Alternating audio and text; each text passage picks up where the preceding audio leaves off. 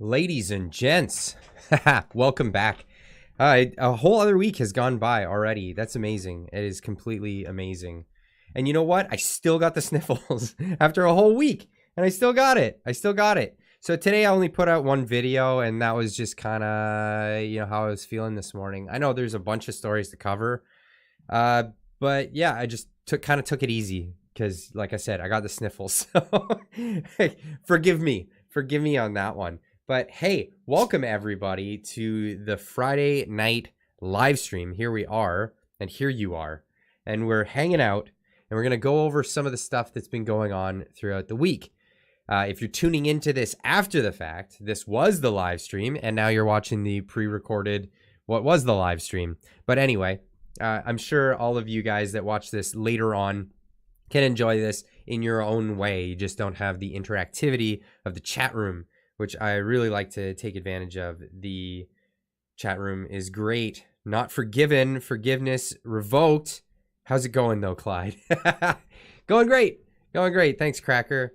And listen, I have a lot of fun putting these videos together for you guys and getting it out there. But the Friday night live stream seems to be the time where I can give back to the community.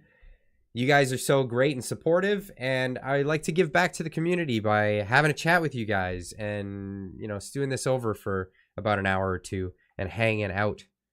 Are you streaming on Rumble? I'm not streaming on Rumble. No, I have yet to do the multi-streaming thing.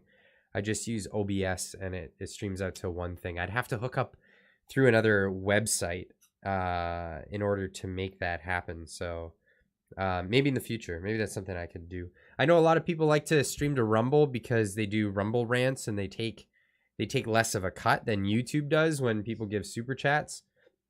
People don't want to give to YouTube, but at the same time, YouTube has been good to me, and with the exception of taking one of my videos down once because I said the wrong thing, the zippity zip can't say thing on the YouTubles. But yeah, all has been forgiven, and I'm good. I just gotta watch out for what you're not allowed to say, which is terrifying in the day and age that we live in, where there are certain things that we are allowed to say and certain things that we're not allowed to say. And it doesn't matter if it's truthful or not truthful. It's about what particular message you're putting along or sending out there. And it may be that you might be giving people an idea that the official idea is not supposed to be. And yeah, sometimes that gets problematic for the powers that be. And I think we're going to get into a bit of that this evening without breaking any of the YouTube rules for anybody who's a moderator from YouTube watching in on this. No. We're not going to break your rules. We're going to do all the Orwellian newspeak that we have to, and we're going to push the show along, and we're gonna engage with everybody and have this great community. I'm really enjoying this. You guys are piling in real fast. Holy cow. So quick question in the chat for those who are here in the live show. Where did you get the notification that I was live? Where did you see it? Was it main page? Was it a notification pushed to you? Was it Discord, or was it Twitter? Because I did put out links on Discord and Twitter. So good question to start the chat this evening. I see a bunch of you in there anyway. Notifications, Discord, YouTube. We know it's Friday. Okay, there we go. If you know it's a Friday and you know I'm going to be live, well, then that's definitely a thing. So you can come check it out then. Can you tell that I got the sniffles? When I talk, all I'm hearing is my voice, a nasal version of my voice. And that's what I'm getting. So YouTube. Yeah. No, I'm seeing a lot of YouTubes. So YouTube is definitely pushing it out there for people to see. Of course, the biggest popularity I had was during the convoy. And that was when a lot of people were seeing my content. But, now that we're further down the road, YouTube, I'm not at the very top of that wave of the algorithmic waves So yes, it's mostly people being notified only because I subscribe. Well, I appreciate that. Thank you so much for subscribing. Meme of the day. Meme of the day. We're going to get to that. There's a couple of good ones. There's a couple of really good ones. Clyde, time to clean the man cave, lol. You know what? I just haven't gotten around to it. Like, honestly, I got Amazon boxes and stuff kicking around here. Yeah, I haven't gotten around to it. I was joking the one day that I was waiting for Jordan Peterson to come on the show to clean my room, and people were like, "Oh my God, Jordan's coming!" It was a joke. It was a joke. I haven't cleaned my room. Nothing from YouTube for me. It came from Discord. 2 separate PCs. Interesting. Yeah, that's interesting. I think it has to do with what you've been doing on YouTube recently. And I find that, like, if you don't watch a channel for like 4 days, they just stop recommending it at all. That is a thing. I know a lot of people dropped off when I took like a 4-day weekend. And that's how the algorithm works. You got to keep on it. You got to get it out there. Get it out there. But hey, why don't we get into some of these things? Why don't we get into some of the stuff that's been going on this week? I think one of my favorite memes for today was this one in particular. It's a new Disney movie coming out. It's the Bill Gates World Economic Forum. Disney presents Summer of the Monkeys. For those who haven't heard, if you're just like stumbling upon this for the first time ever, yeah, apparently we've got a new outbreak, and it's the monkeypox, and you can't make this up. It's too good. It's too good. I really enjoyed some of these things that people were saying about it on Twitter. According to Neil Ferguson, the entire UK population will have monkeypox by 2 p.m. on Saturday afternoon.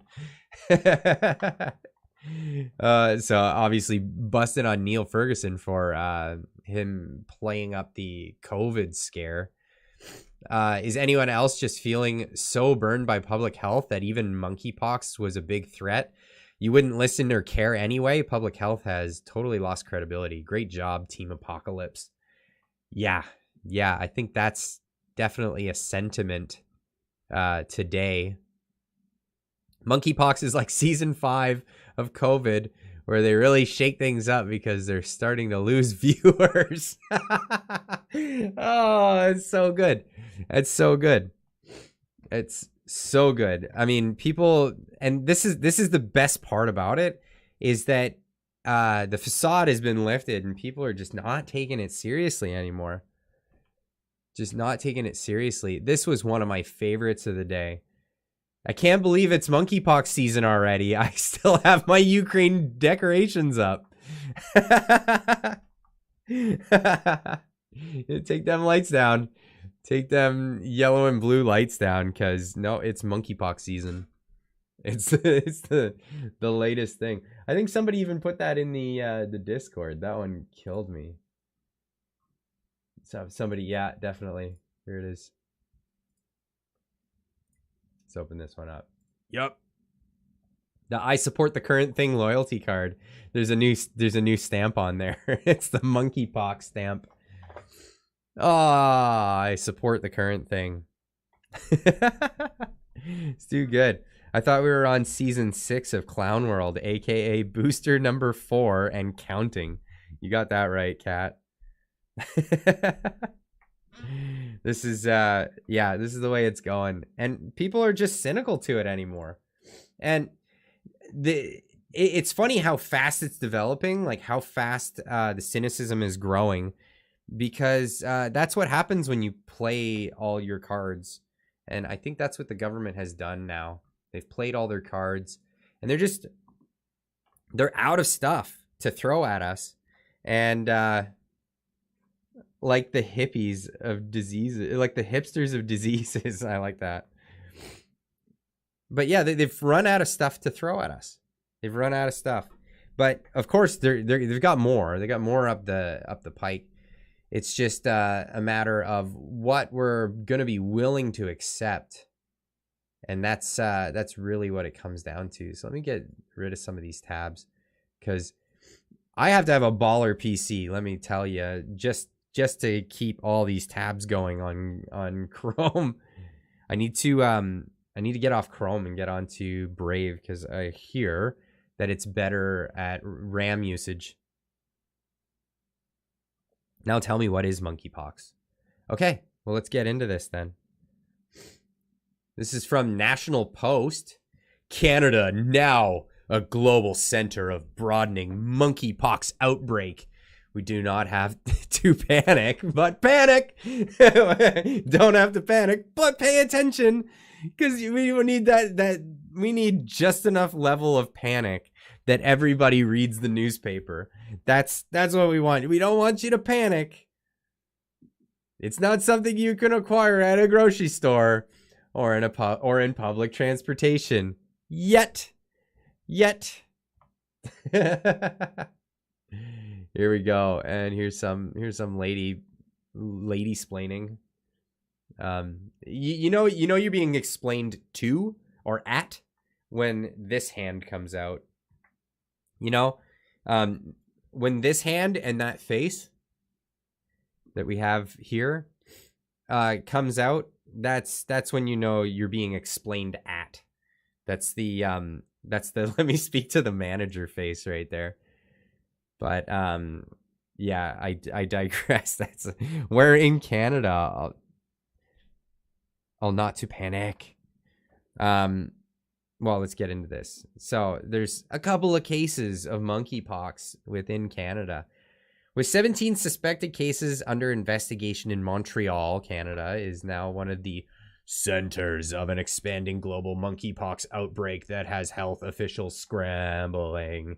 It's funny because it's right as Clyde must be married. You guessed it. Married, going on 16 years now. Wow. It's been some time. Yeah, I've been married for a good chunk of time, and happily at that. Read the latest update. Monkeypox, which is in the same viral family as smallpox. You didn't have to tell me that. I think it's in the name. Was discovered in 1958 and is rarely seen in significant numbers outside of Central and West Africa. In recent weeks, though, a growing number of countries in Europe and beyond have reported clusters of monkeypox cases.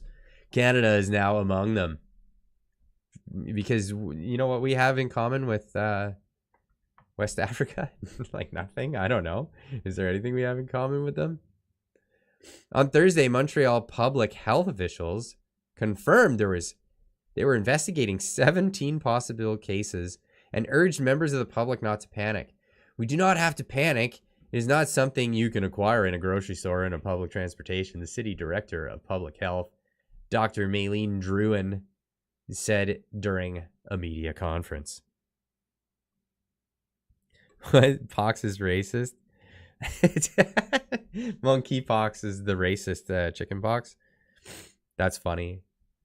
Ontario is working with the federal government to watch for cases of monkeypox. Ministry of Health spokesperson Bill Campbell said, but it's not aware of any cases in the province. Ottawa Public Health is also monitoring for cases that can begin with fever, headache, muscle aches, and exhaustion, followed by a distinctive rash and painful lesions that often appear in the palms of the hands. Wow. The province is asking anyone who's concerned about the symptoms they are experiencing to immediately contact health professionals, Campbell adding the risk for monkeypox virus was low until they decide to make it a fearful thing. But anyway, yeah, it's all over Twitter, the monkeypox outbreak, which I thought was hilarious.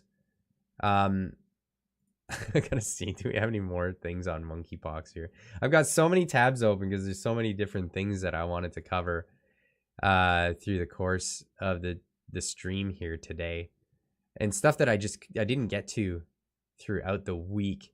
But a lot on the video that I made this morning. I spent a bunch of time on this morning's video, and it was, yeah, something I really wanted to get out there. But yeah, monkeypox. Monkeypox is the big fear extravaganza, I guess they're saying. But yeah, let's moving on from that. Essentially, monkeypox is the latest thing to be afraid of. People are saying it's blown up. People are saying it's not. For a while, they were saying only gay people can catch it, and then I read something where it's zoonotic, where you can only catch it from being in contact with animals that are carrying it, and that it can't be transmitted from human to human. And then, yeah, they can't make up their mind, but it's all over the place. Yes, the digital ID is scary AF. I'm gonna get to that because that was what I covered this morning. But yeah, very, very scary stuff indeed. I just don't like the idea of being tracked everywhere I go, and that kind of takes me to why don't we just get into that? Why don't we? Because yeah, that's the really messed up one. So like I said this morning in the video, my channel blew up, and it started with a tweet. Started with this tweet. I put this out there just saying, in case any of you are confused, there's a group of truckers in Canada who are 90% vaccinated protesting government overreach and citizens being tracked with QR codes. If you're otherwise, you might be being lied to. And that was the concept there, and I got some website dinging at me. I'm sure you all heard that. But that was the concept. And I'm sticking to my guns on that one, because the problem here is the main issue, and the reason why the truckers even went to Ottawa, the straw that broke the camel's back after 2 years of lockdowns, after 2 years of people, the police showing up at their house because they had family over for Christmas, too many family over for Christmas. Now, mind you, a lot of that didn't happen where I'm at in BC. A lot of that stuff didn't happen. It's really funny. In British Columbia, I call the population the hypocrites, because it's a bunch of people that always like, yeah, we're totally for the thing, right? But they aren't. They say they're for the thing, but they're not for the thing. So what people do in British Columbia is they put on bumper stickers, and then they do all the stuff, and they say all the platitudes, and then when it comes to doing the thing, they don't. They they love nature, and they love ecology, and then they go camping and they leave all their trash in the bush. Like, that's British Columbia. That's how it works. It's typically less with the people who live out in the bush, but yeah, hypocrites all over the place. It's the current thing too, right? So I'm a mechanic at an auto garage, and people would be like, support the frontline workers, make sure they're safe, and they treat them like trash. For one, I saw that a lot. They treat frontline workers like trash, but they have the bumper sticker or the shirt or whatever, and then they come to an auto garage and they leave their dirty masks all over the inside of their car so a mechanic can drive it in. So again, it's the platitudes, but people do it, or they say they're going to do it. And it might not be all of BC, but I live in BC and I'll vouch for this. Okay, there you go. The hypocrites. So there's a lot of them. There's a lot of them in British Columbia, but it's the way that when this whole COVID thing happened, everybody kind of got away with not following the rules. And most people hang out outdoors anyway, so it's not a lot of hanging out inside houses. They hang out outdoors. So what are you really going to do about it? Yikes, hypocrites. Had no idea. Thanks for the heads up, Night Clyde. Love your content. Never stop. Oh, thanks. Sorry you got to go to bed. I know I stream super late, but it's because I'm on the West Coast, and that's just the way it is for all you people in Central and Eastern time zones. Apologies, but I can't do it any sooner because I gotta work all day, and then I make sure to have dinner with the wife and kids before going live and doing all this stuff. But yeah, excuse me. Getting on with it. So I put this out there because it was the last straw. The truckers were like, get out of here. We put up with this along with everybody else for 2 years. Most of them did the shots, clearly 90%. And, some people were holdouts, and, if you're a holdout, then you're a holdout. What are you going to do? We were told 80%. And we're good. Society opens up. It's like the Spanish flu. It was 18 months. Boom, back to normal. I didn't think that was going to be the case. I knew that this was going to go longer, and they were going to hold on to it as long as they can. I mean, it's like the TSA. September 11th happened. TSA forever. That's the way it works, right? As soon as the government grabs onto something, that's their new norm. It's the new normal, as they like to say. It's 9 here in Winnipeg, Friday night, and I have nothing else to do. Good job, Clyde. Cheers. I think I might be hanging out in the Discord after the stream too. So if anybody's keen, make sure you get into the Discord. If you're not a Discord user, correct that, and come hang out, because it's a thing that I do often. And I'm actually going to do more often, opening up a new section of our auto garage, which makes it a lot to say there. But there's going to be an opening available for me to just have headphones on and chat with people during the day as I'm fixing cars. Off and on, obviously. Can't do that all day long, but it'll be a thing. So I'll be able to chat with people more often. But let's get back into this, because I tend to go on tangents, and I get into things a little further than I thought I was going to. But yeah, that was how things got going. And excuse me, I'm gonna wet my whistle while Miss Melissa Luntzman says her piece, because here's the thing: we need to open up like everybody else in the world. Everybody else in the world is opening up. And finally, we got a conservative party who's the opposition in government to a super majority now with the coalition of Juggers and Trudy. Juggers and Trudy. That's what a priceless name. I want to commission some stickers, because I've seen the I did this stickers that people are putting on the gas pumps with Trudeau. I want to see them with like a snuggling Juggers and Trudy, where they're snuggling and one of them's pointing and it says "We did this," because I think that is way more fitting. Maybe I'll work on that, because that's a good one. Anyway, let's we finally have somebody speaking a little bit of truth to power, and saying, hey, let's get a timeline. Let's get things going. Paolo, thank you so much for the super chat. Monkeypox are the vaccine adverse effects. That's okay. So that's a thing. People have been getting shingles like crazy. I saw an article today where somebody was pointing out an article about monkeypox and an article about shingles, and they used the same image. It was eerie. But you're absolutely right on that. The shingles has been going around for people who were vaccinated, and that was one of those effects that have been reported. But anyway, while I wet my whistle here, let's hear Miss Melissa Luntzman say her piece. The honourable member for Thornhill.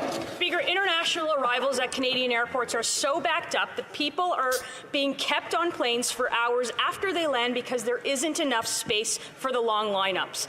His minister blames travelers, and the world has embraced restriction-free travel. The Canadian Chamber of Commerce, the Airports Council, and now health experts are telling this government that their outdated COVID restrictions have to go. Who's actually telling the government to keep those restrictions? The Right Honourable Prime Minister. Okay, let me just pause that real quick. So that's a valid question, right? That's a valid question. I know the Roman, blah, blah, blah, right? Blah, blah, blah. But here's the thing. It's a straightforward question. And of course, what do we get? We get blah, blah, blah. For people who don't understand how the Canadian parliamentary system works, it's a very passive aggressive way of doing things where you don't speak to each other. You don't say things directed at the person. It's actually against the rules to direct things at the individual that you're talking about. So you have to say it through the speaker, and it makes for some really aggravating passive aggressive speeches, but it's a thing. It's a thing, and that's how things. It doesn't work, Clyde. No, I agree with you. I agree with you. It's platitudes, but it's people saying things. But here's where we're getting at. Here's where I'm getting at is at least somebody's standing up and saying at this point, because we haven't had this for 2 years, standing up and saying, okay, what are we doing? We got a timeline. Is this something that's going to happen? Watch Trudeau as he just says empty words. Over the past months, Canadians continue to die at a higher rate than during the first 2 years of COVID-19. Whoa. Slow down there, Trudy. You get me kicked off YouTube for saying false information and misleading stuff like that.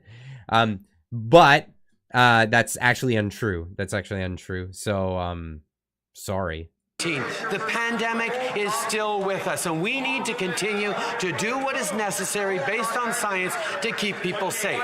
In regards to airport delays, we're hiring about 400 additional security screeners. We've added 25 kiosks at Pearson Airport to speed up processing time, increased overtime available to officers. It's a good thing that Canadians are starting to travel again, and we will be there to support them. But we're also going to continue to keep Canadians safe. This platitude of keeping Canadians safe. Canadians want rid of you. I mean, how much percentage of Canadians actually support this fool at this point? Like, honestly, real question. I mean, he had to side with the NDP and do this like super majority crap just to get anything going for their side, just so that they wouldn't get forced into an election. That's terrifying. 11%. 11% is the support for our prime minister. If that isn't damning enough to just have an election called immediately, I don't know what is. That's just outrageous. Outrageous. Ukrainians can leave Canada without vax.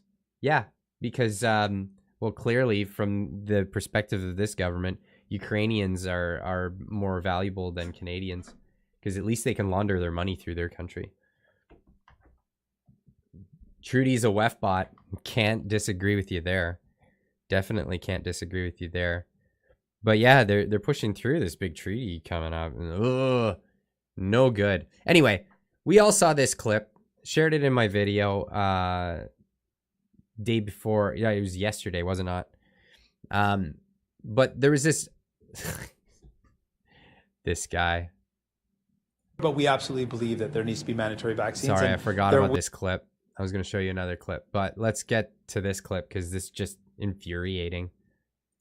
We know that the vast majority of Canadians want to do their part to keep people safe and want to get vaccinated.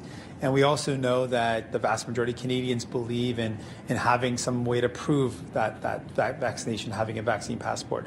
And we know that people... Okay, so he says that right out of his rectal region, right? That just like that information just came directly from, I don't know how you say it in French, l'anus. He just pulled it right out of there, didn't even shake it off, and just handed it to the newsman there who's sitting at his desk wincing at the camera, it looks like. And like, what? A vast majority of Canadians want a proof concept. Didn't they just get rid of it because of the massive outcry to get rid of the vaccine passport system? There was a massive outcry for it. So Juggers just speaking from le rectum, a la rectum, I think is how they say it, from his anus. Just where does he get his information? This is the crap that he spews on the airwaves, but of course going unchallenged always. People on the front line that are providing care or providing services directly to Canadians can pose a higher risk and should be vaccinated. So we would work with unions and work with the workers on the ground to make sure we establish a way to move forward, but we absolutely believe that there needs to be mandatory vaccines, and there would be consequences for those who are not able to or not. Oh, did he just trip up and say the wrong thing? For those who are not able to or not willing to do that, and we could look at what those there needs to be mandatory vaccines, and there would be consequences for those who are not able to or not willing to do that. There will be consequences for those who are not able to. Hold on. So this man is supporting the idea of giving consequences to people who are not able for medical or religious reasons to take the vaccine. Where else do we do that? Or where else has that been done? Come on. There's nowhere else in the free world that has that sort of thing. There even in places that they tried vaccine mandates, I don't think they go that far. And again, we were told 80% back in the day. We blew that out of the water. More than 90% of the population, most of which were coerced into it, did it, and we still didn't get where we're going. We didn't get our freedoms back. So it's a bunch of malarkey. Now, I raised the question on Twitter a few weeks ago, or is it a week ago or so? I said, say somebody were to completely walk everything back, and they're completely convinced that vaccines are the best thing for them. They stayed away from being vaccinated for COVID. I'm not talking about vaccines proper. If people are vaccine anti-vax or whatever, like on like smallpox and hepatitis and all that stuff, that's a whole other thing. But I understand that there's a pushback and people don't want to take the COVID-19 poke, right? But so in that being said, if somebody were to change their mind completely change their mind, and they're like, no, I'm all for it now, would it make any sense for them to take the first and second shot? The first and second shot being for the alpha, and then the second shot was for the Delta variant, of which those variants are not even around anymore, right? They just have, it's Omicron, right? And we don't even have a vaccine for Omicron at this point. So would anybody even would it make sense for them to go back and take these vaccines that people are no longer protect people, because people who had them, the protection is waned already? And do you get what I'm saying? It doesn't make sense. It doesn't make sense to force these people into this thing. And Juggers McPinky, what are you? Okay. Anyway, but Juggers here, yeah, just being a complete. I try to keep it family friendly, so I can't say the words that I want to say. He's not being a friendly guy. You know what I'm saying? He's not being one of those, freedom loving type of people, the kind of people who would be a representative of, the populace of a free and fair democratic nation. Yeah, I wouldn't say that. I'd say he'd have more in common with the people that the Nuremberg trials were written, or the Nuremberg Accord was written for, to keep those types at bay. Let me just say, Juggers McPinky. I think that's gonna take off right there. But I like the laughs in the. Yeah, it's a special rap. It's his Friday night rap. It's for when it's specifically for when he goes on television to say that there's consequences for people who are unable to do a particular medical treatment. I digress. Oh goodness. Just the way these streams can devolve and so quickly. But no, this was the clip that I wanted to show. And yeah, a lot of people are going to say, oh, just more platitudes. You're just talking. You're just saying words. You're not actually doing anything. Well, everything starts with words. And then it gets people more riled up. And it gets people more energetic to actually do something about Pinky Winky. I like it. I've still yet to see... and I've been waiting for it, is like a comic of Trudy and Schwabers. Trudy and Schwabers as like Pinky in the Brain, because I mean, like it's obvious, right? you got the dummy and the evil genius, right?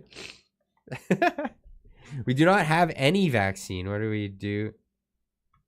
Well, volatile, unpredictable, lethal. Okay, I don't know if I'm allowed to say that on YouTube.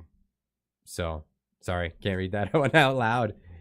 Just for the safety of keeping things, I can say Juggers McPinky.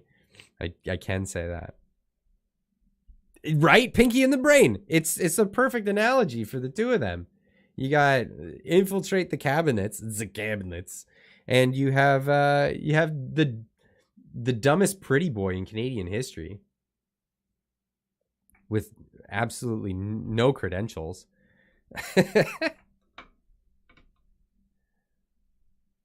And trimmed facial hair, so unclean. I don't know if I got the reference for that one, but here we go. I know it's just platitudes, is what some people will say, but I think at least he's making a good point. So let's get to what Kyle Seedback has to say here. If it's gonna play for me. Oh no.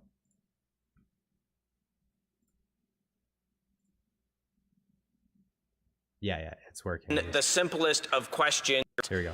They refuse to answer even the simplest of questions during debate. They give speeches where they're obsessed with the member for Carleton when we're supposed to be discussing a very serious issue of chaos at airports and the restrictions that are in place. Rather than talk... Anyway, he's talking about the member for Carleton is Pierre Poilievre, for anyone in the chat that doesn't realize that. But yeah, Pierre Poilievre is who they're obsessed with. And of course they're obsessed with him because he's the biggest threat to them at this moment. So they're going to obsess over the biggest threat. Just like in the US, they had derangement syndrome over a real estate owner from New York. Let's just say that, with funny hair for a bunch of years. They obsessed and had derangement syndrome over that guy. But yeah, here we go. Talk about that. They go on long diatribes about independence, other members, leadership matters. I think you have to ask yourself the question, why? If you can't talk about the subject matter before you, it's probably because you have almost nothing to say.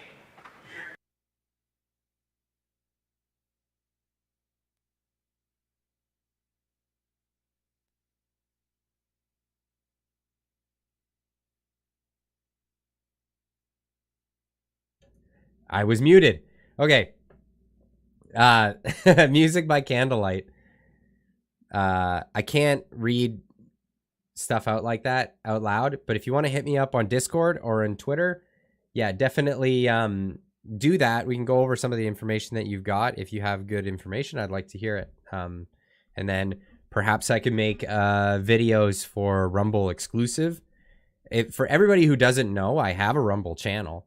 It's the same name, everything. It's mirrored for YouTube. So if I disappear, you guys can find me over on Rumble.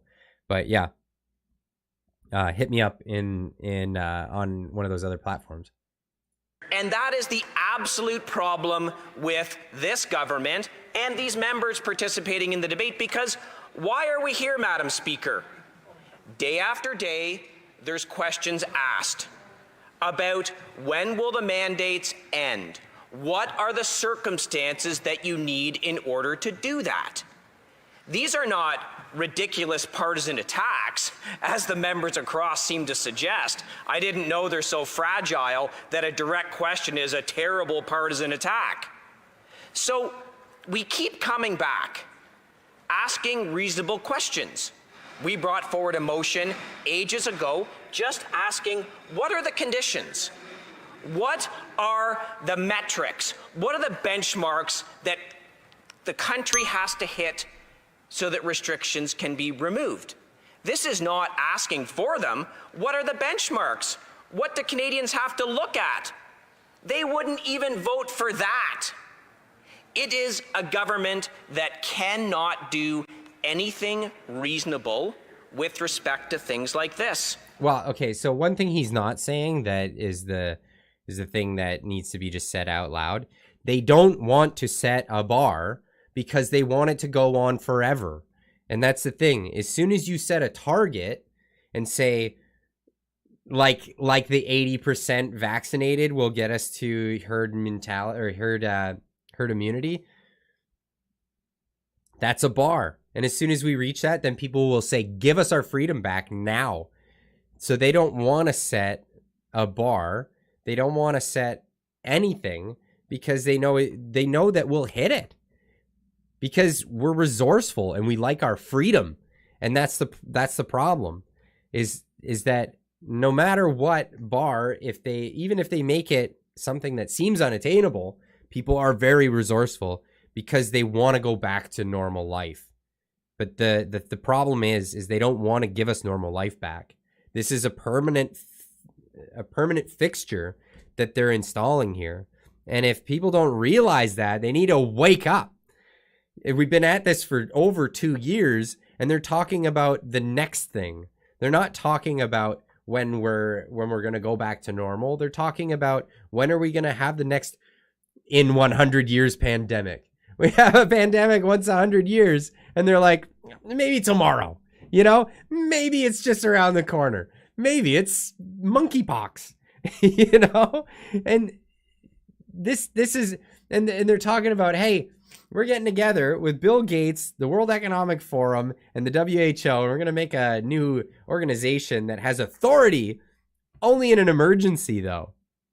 We're going to make this organization have authority over 90 some odd countries in the world, but only when there's an emergency.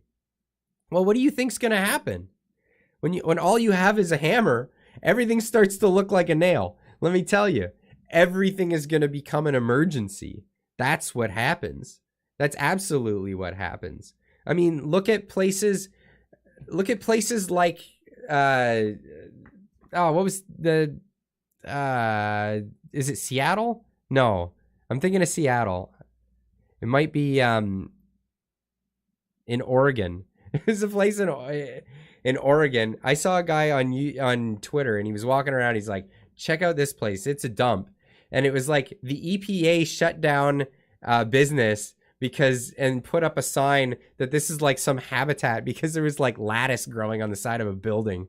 Like that's what happens when you have this overrun bureaucracy.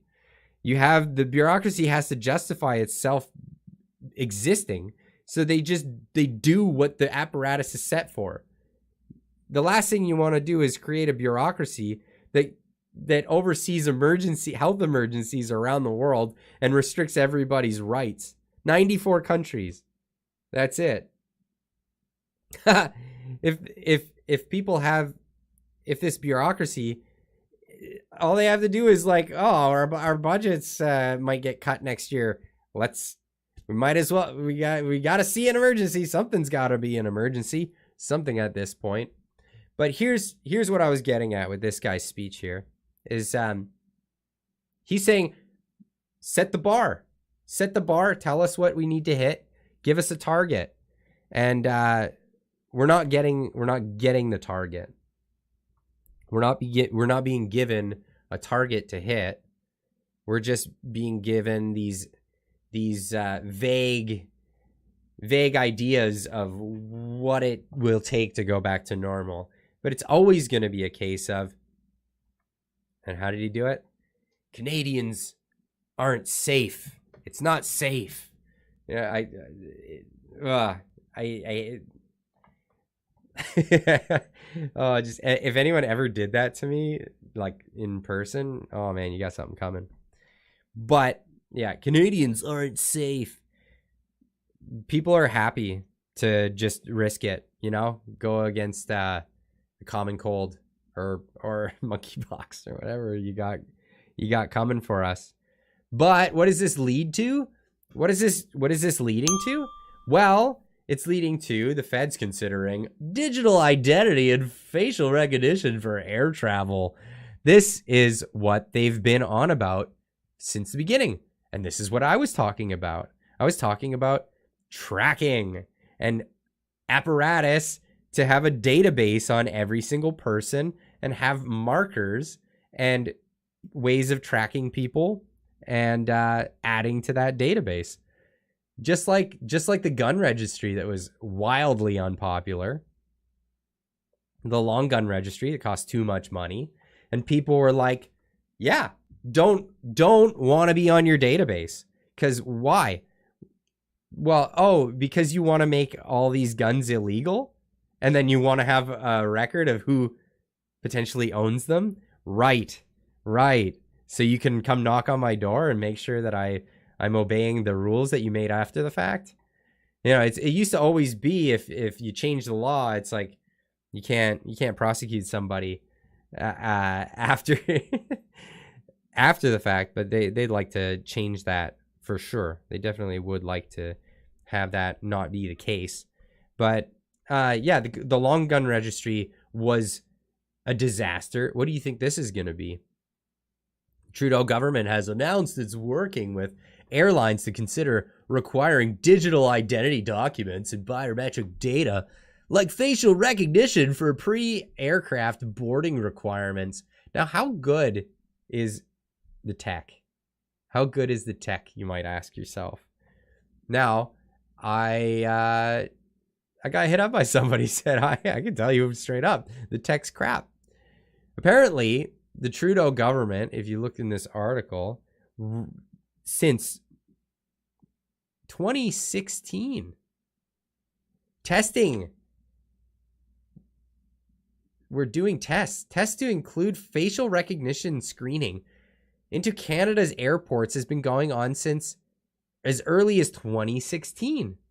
Last year, it was revealed that the Liberal government secretly scanned the faces of millions of unsuspecting travelers at Toronto Pearson International Airport in 2016. According to the Globe and Mail, 31 cameras were used to spy on travelers. The photos were then matched with 5,000 person data set of prior deportees to find out if anyone was traveling using fake documentation. Up to 20,000 travelers a day had their faces scanned during the exercise. What happens with that data? Where does it go? Where is it being stored? Dunno.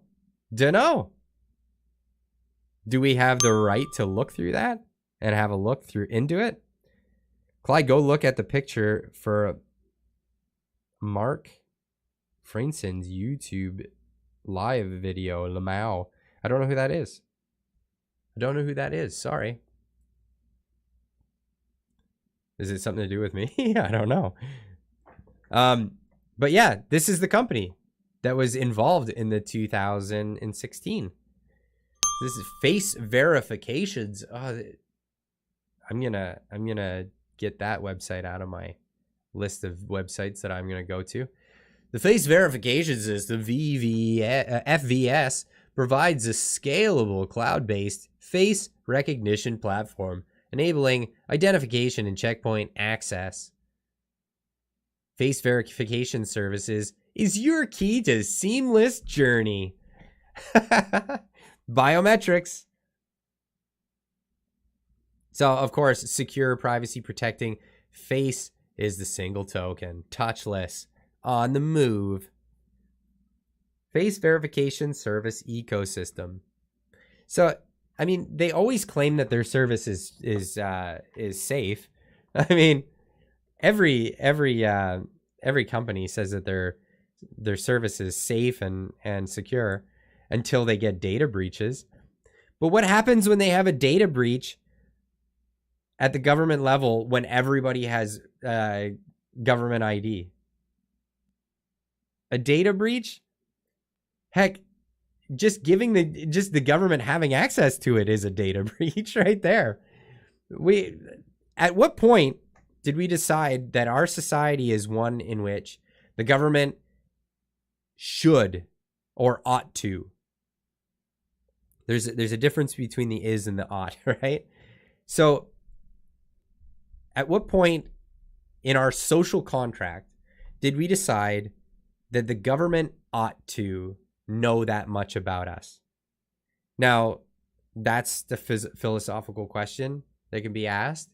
But some people, they have an ideology that brings them to the conclusion that the government is the all-powerful, all-seeing eye on our society, and without them, we can't function. For most of us, we see the government as what is known as a necessary evil, which needs to be as small as possible, and reined in, but serves as key functions in society that we couldn't do if we didn't have organization, right? So, I mean, I'm sure there's ANCAPs out there that are going to tell me, and when the anarcho-capitalists that'll say, but we could have no government and we'd be fine. And to that, I mostly disagree. Mostly, I'm going to have to just disagree. Now, I could get behind the idea that we shouldn't have so much government, and I think the less bureaucracies that we have, the better, and the smaller our government is, the better. We need a vibrant court system, and we need certain functions of government, but we do not need the nanny state that we have. Excuse me. Ministry of Lies, thank you so much for the $10 super chat. I appreciate that. Definitely appreciate that. Wow, I don't know how long my voice is going to last, but I'm going to keep going as far as I can until I can't speak any longer. Do I sound all right? I'm getting the dry coughs. It happens. It happens when I just keep my lips flapping. But yeah, so here's the apparatus, and that's this is what they were trying to implement. And from somebody hit me up today and said, I was involved in this. I worked on that stuff. I was a contractor that was brought in, and yeah, the tech's garbage. Tech is garbage. And it's just, it is what it is, but don't know. Maybe it'll get better, and that's what we all fear, right? Spawny 420 with the 420 Canadian. Thank you so much. It's 420 somewhere. Everybody enjoy. Everybody enjoy. And that reminds me, that was like one of the reasons why Trudeau got elected, because he said he was going to make 420 legal. Well, how did that work out? Now, I got to say the Conservatives really crapped the bed on that one. Like, seriously, in Canada, you trying to make pot illegal? You keep it illegal is just the dumbest thing ever. Look how Clyde has the pox. Getting that monkeypox. But yeah, no, terrible idea. I'm not a fan of weed, to disappoint many of the crowd here. I'm not a fan of it because I don't enjoy it. I don't like it, so I don't I don't smoke it. I don't do the edibles. It just I don't like the effects of it. But that doesn't mean that I'm not, I'm not against it. That doesn't make me against it. I think if anybody wants to partake in that stuff in their own personal time, that's fine. Just please don't drive an automobile and don't do it at work. That's all I ask for.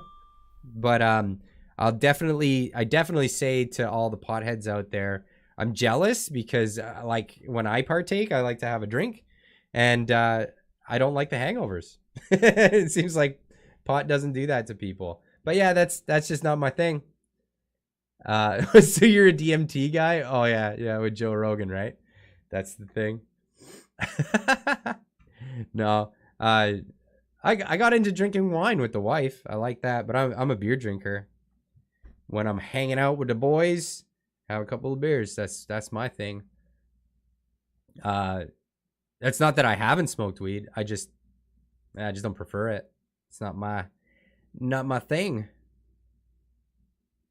I just live with the pain. What? I don't know if I got the reference to what was being said there, but let's move on with this. Okay, so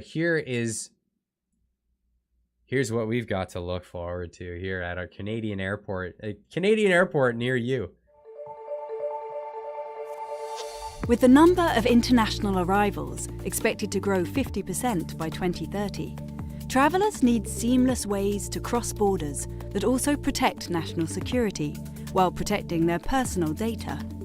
The known Traveller Digital Identity, or KTDI, is a public-private collaboration that enhances security efforts while enabling a connected journey for today's international traveller. The KTDI is the only global travel initiative of its kind. Travellers can share documentation and information from one verified identity, with partners including government authorities, airlines, and hotels. The KTDI allows travellers to play an active role in travel security efforts by sharing their information proactively.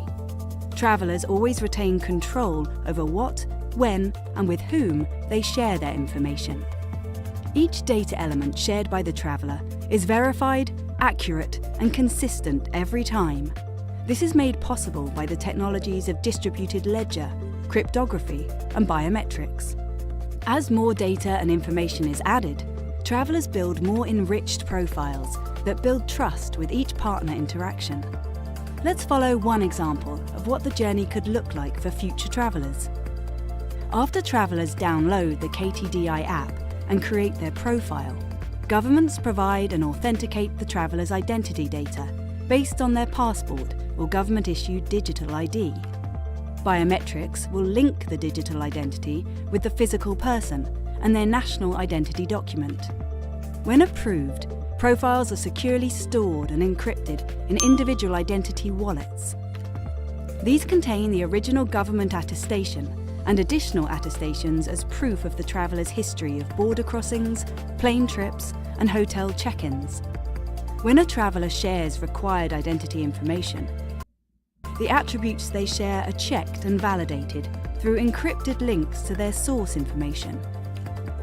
Whether the traveller is booking a flight, boarding a plane, or entering a destination country, the travel provider or government authority can be sure that the information shared is authentic and verified by the issuing organisation.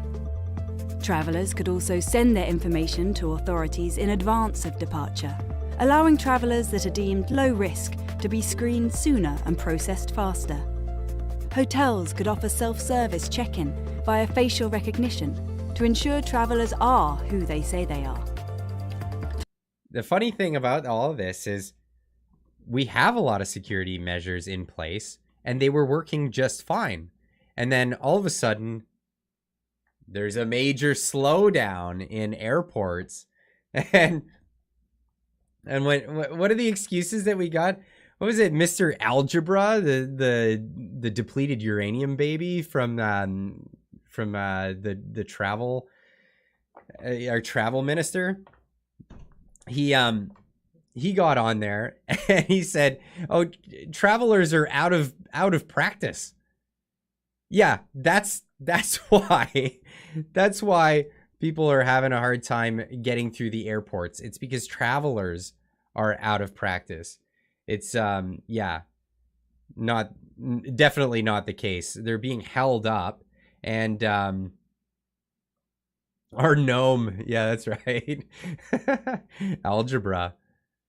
Omar Algebra, yeah, he out of practice from traveling. Get out of here. No, there's slowdowns at the airport, and they're gonna come in with this new travel document set up. Say, wouldn't it be so much easier if you just gave up all your privacy? just like the World Economic Forum's what was it? The they said it's 2030. I have no privacy. I own nothing, and I've never been happier.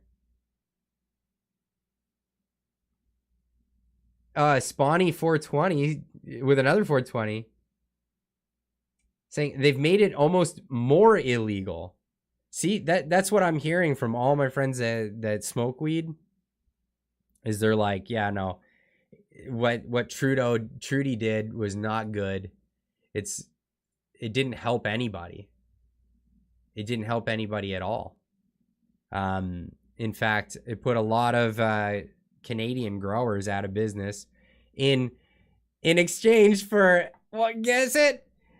Nepotistic ownership of the industry. So a bunch of Trudy's, a bunch of little Trudy's buddies all own the heart of the industry now, and put everybody else out of business that fought for decades and decades to get it legalized in Canada.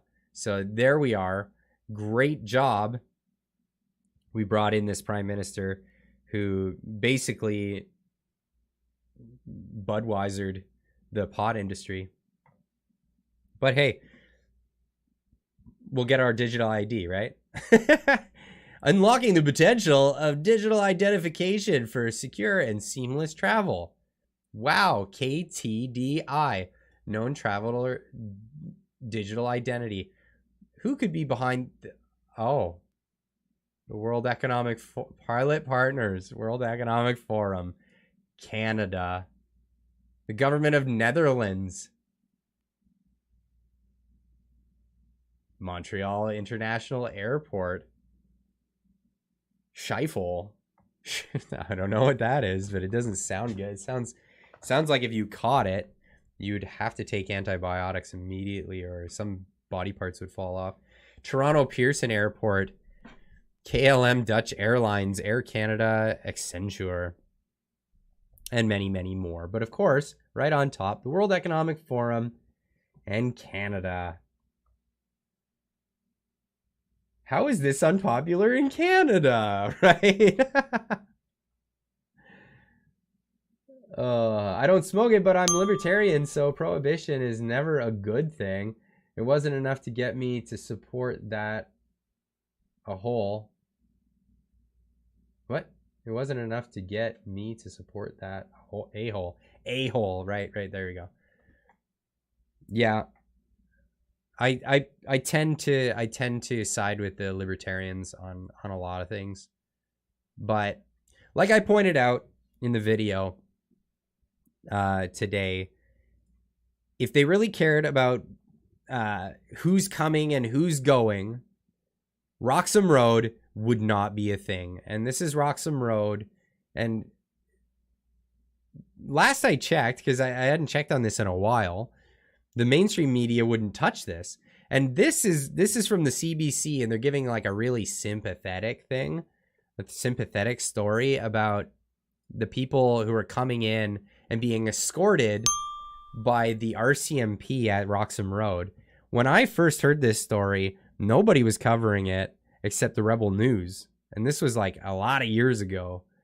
And nobody was talking about illegal people coming into Canada and what was going on until they blew it off the hook. I think it was Faith Goldie that blew this story out of obscurity. And now they have tents and stuff set up at the area. And of course, CBC coming in there.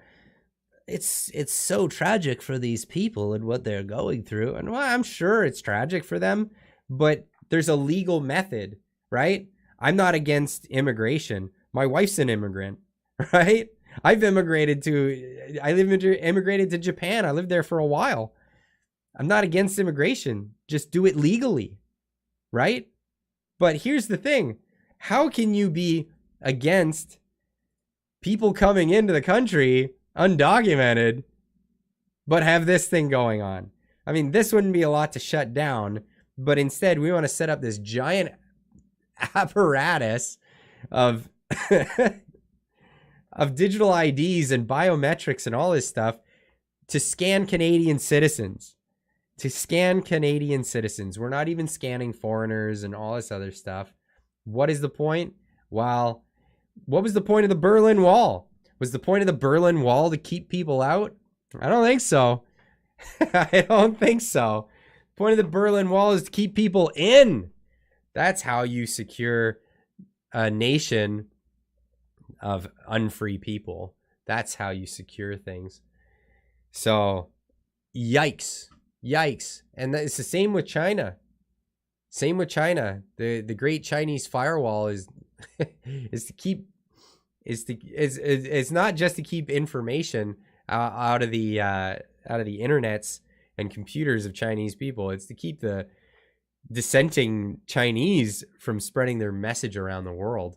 And that is a thing. And speaking of spreading messages, I just closed that, didn't I? I did. Oops. Oopsie. I just closed a tab that I wanted to show you guys. I'm going to pull this up in the history real quick. Assuming I haven't watched too many videos. I watch a lot of stuff in a day just to get this information out for you, ladies and gents. There's that one. No. We're going to have to go way back, aren't we? That's the one. Got it. Okay, speaking of information, there was a Department of Misinformation that was supposed to, and we're going to get into a little bit of U.S. politics just for the time being, because it is relevant. They are our neighbors, and a lot of what happens on either side ends up being coming over the borders in either direction. But here's the thing. The Department of Disinformation was a part of the Department of Homeland Security, and an idea that they were going to bring about, and of course immediately gets ridiculed.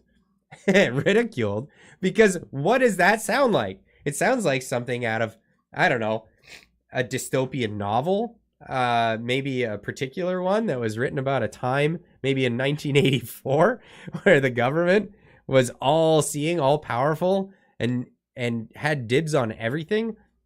And they even changed what was true.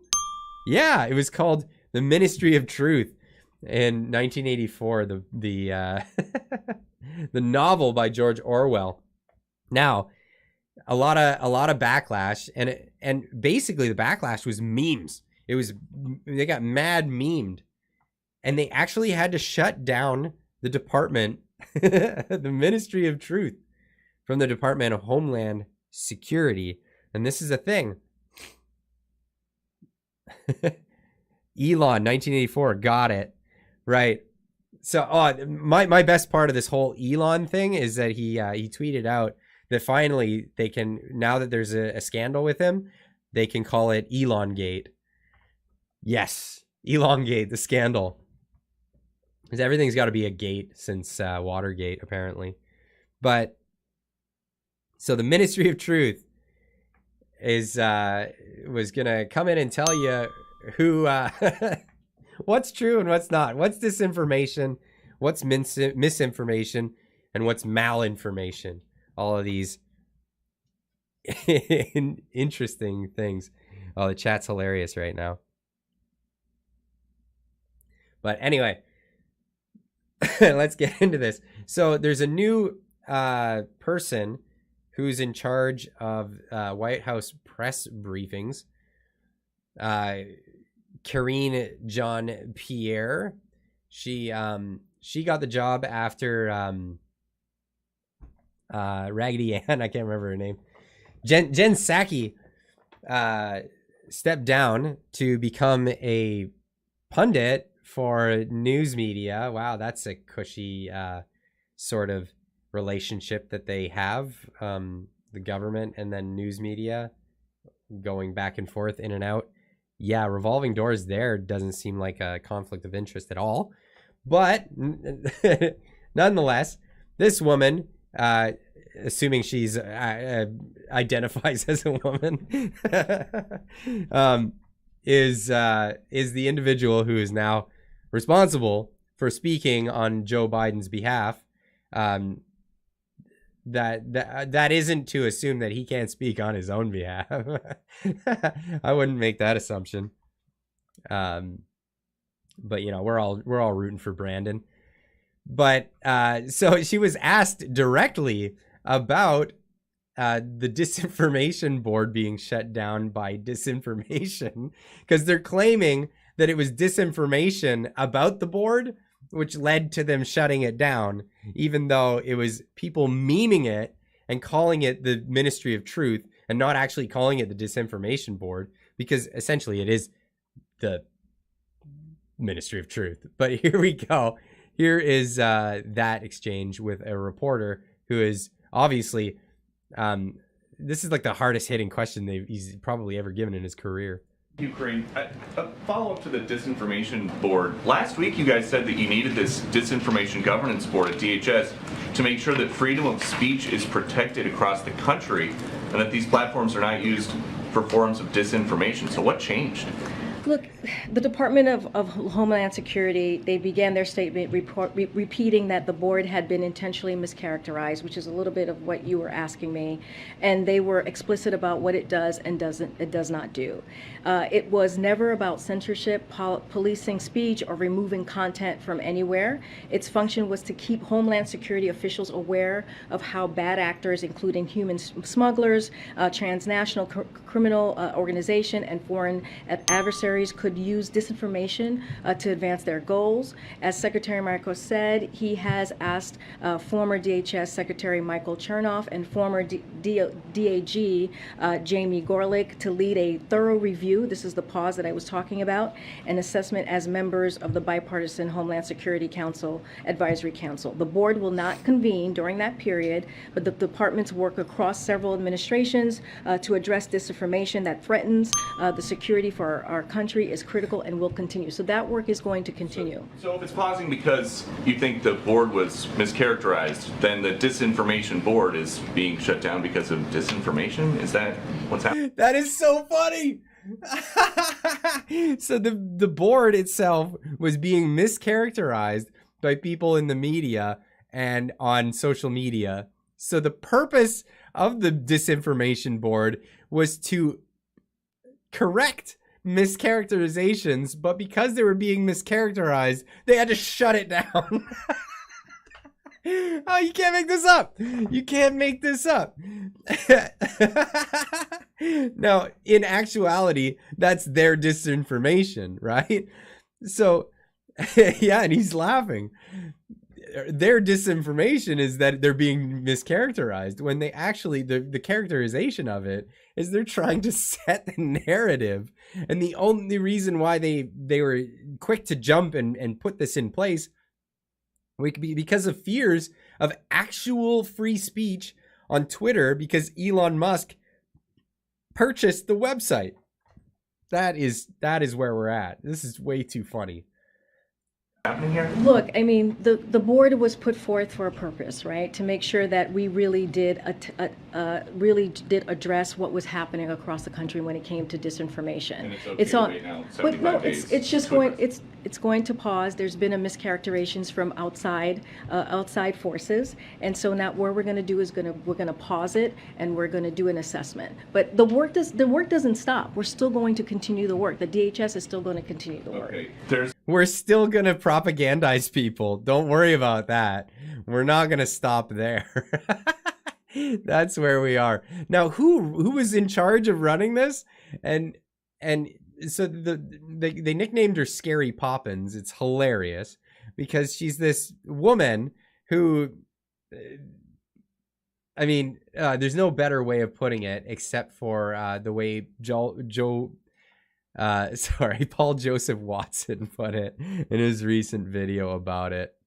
The queen of disinformation. You claim I think that was a little loud. Sorry for anyone who's wearing headphones there. the deep state doesn't exist. Talking about the deep state and things like that, which is a thread among conspiracy communities here in the United States, that there is this secret cabal here in Washington working to undermine the American people. It couldn't be farther from the truth. That's disinformation. You promoted the claim that the Hunter Biden laptop story was Russian propaganda. That's disinformation. You cite the story was Russian. Yeah, look at that. So this is Nina Jankowicz. That's Scary Poppins right there. And it says, back on the laptop from hell, apparently Biden's notes 50 former NatSec officials and 5 former CIA heads that believe the laptop is Russian influence op. Trump says, Russia, Russia, Russia. It's, yeah, Russia, Russia, Russia. Exactly. What was it? 4 years of an investigation into Trump and it turned out with nothing? That was disinformation. The Biden Hunter Biden laptop thing, telling people that was disinformation is disinformation. It's unbelievable. And this is the woman who's supposed to be in charge. Nutsack. Did I say that? This is the woman, Scary Poppins, who's supposed to be in charge of the Ministry of Truth. It's actually terrifying. Propaganda, that's disinformation. You cited Christopher Steele as an expert on disinformation, the author of the infamous Trump P-Gate dossier, which was wholly a product of disinformation. You defended and excused the behavior of Ukrainian paramilitary groups, including the Azov Battalion, while they were literally committing war crimes. That's disinformation. You falsely characterized parents' legitimate concerns about critical race theory being taught in schools as disinformation. Oh, nice pause screen. Disinformation czar Nina I'm never going to say that right. Parents' anger at CRT weaponized for profit. So she's saying, yeah, of course. But we've covered CRT on the channel here. That is just awful, awful ideology. There's disinformation. That's disinformation. Disinformation. It's okay when we do it. It's kind of ironic. Then the disinformation board is being shut down because of disinformation? Isn't it interesting how there's almost a total Venn diagram overlap between disinformation and information that embarrasses the regime? Funny that, isn't it? Almost like the entire contrived moral panic over disinformation is just an excuse to shut down legitimate dissent. It's kind of ironic. As journalist Glenn Greenwald notes, she complains about right-wing disinformation scuppering the DHS Disinfo board when the most devastating indictment of the whole operation and her was published by The Nation, a left-wing news outlet. Wow, that's funny. I didn't realize that. So Glenn Greenwald. Oh, okay, Glenn Greenwald. I know who he is. He's left wing, but he definitely rails on the state and state apparatus for sure. Actually, I have another video from him. The other bizarre aspect of the Nina Jankowicz, I think that's how you say it, Jankowicz, Taylor Lorenz saga. For you guys who may remember, Taylor Lorenz was the reporter for, was it the New York Times or Wall Street Journal, that doxed the libs of TikTok. The person who runs the Twitter page, Libs of TikTok. Wow, malicious journalism they have there. Taylor depicts this poor, marginalized DHS official as the victim of a right-wing disinformation, when most devastating investigative piece on her was the one last week in The Nation. Meet the head of the new Biden's new disinformation governing board. Unbelievable. I love it. Absolutely love it. It's just so ironic. Definitely check out Paul Joseph Watson. I'm not going to show his whole video. You guys should go watch it for yourselves. It's go subscribe to his channel. He does some really good videos, usually on the daily. Excuse me. But here's one from Glenn Greenwald, and this one is one about basically how much disinformation is going on in the normal news. Well, he decided to go after Nicole Wallace, who's kind of a milquetoast. What is she, for MSNBC? Like, nobody watches over there. They have like a combined audience throughout the whole day of, like, I don't know, a small cafe or a a lobby at a hotel or at an airport. But nonetheless, this is someone who's supposed to be the middle of the line, just milquetoast, giving you the news people. But it's crazy the stuff that comes out of their mouths. And stuff that's absolutely not true anyway. But let's just play this video because I thought this was hilarious. You now have a president talking about exterminating Latinos. 100% pants on fire. The Havana Syndrome. Headaches and a loud noise. Clearly acts of aggression, acts of war. Scientists say the sounds were crickets. The Havana Syndrome. Our enemies might be weaponizing technology, beaming something to hurt people's brains. The claims are scientifically implausible. Donald Trump to now investigate a conspiracy theory about COVID coming from a lab in Wuhan. This theory needs to be investigated, which is what President Biden is doing. Hunter Biden's laptop reveals emails. We shouldn't look at it as anything other than a Russian disinformation operation. The Hunter Biden laptop material is genuine. The murder of a police officer, Officer Brian Sicknick, was killed in the line of duty. They beat a Capitol police officer to death. Officer Sicknick died of natural... See, this I didn't know. I wasn't following it that closely. I didn't know that was not the case. So even people who follow the news and follow these stories sometimes get caught by the propaganda. Like, I just didn't know that. Causes. The Steele dossier. It may be dirty, but it ain't fake. Obviously, the Steele dossier is discredited by far, actually. I mean, this is the lunatic response to what is a very rational, evidence-based, fact-based investigation. FBI pleads guilty to doctoring email. What the report shows is something that won't be surprising to people that have spent a lot of time in the federal government. The report left former officials aghast. The FBI is exonerated today. It doesn't vindicate anyone at the FBI who touched this. They are all absolved of any wrongdoing. The activities we found here don't vindicate anybody. The Trump administration cleared peaceful Black Lives Matter protesters so the president could take a photo in front of a church. We did not find evidence that federal agents used CS gas. The D.C. They didn't even get into the fact that it wasn't peaceful. Holy cow, there were riots. Police used the CS gas. Protesters were gassed to clear the way for Trump's photo op. Demonstrators were pushed out to allow contractors to build a fence, a response to damage done during the 2 previous nights of rioting. Russians offered a bounty for the killing of U.S. soldiers. U.S. intel walks back claim Russians put bounties on American troops. This mountain of evidence that we now have of bounties that Russia paid. The Biden White House acknowledged there was little evidence. January 6th committee's investigation into a 7-hour, 37-minute gap, possible cover-up in the records of calls, and it is no coincidence. The call logs are complete with no missing pages. The gap is explained by use of White House landlines and cell phones. These are the facts. Let that sink in. Oh, God. So I got to hand it to Glenn Greenwald because he's on the left, right? He's on the left, but you've got integrity when...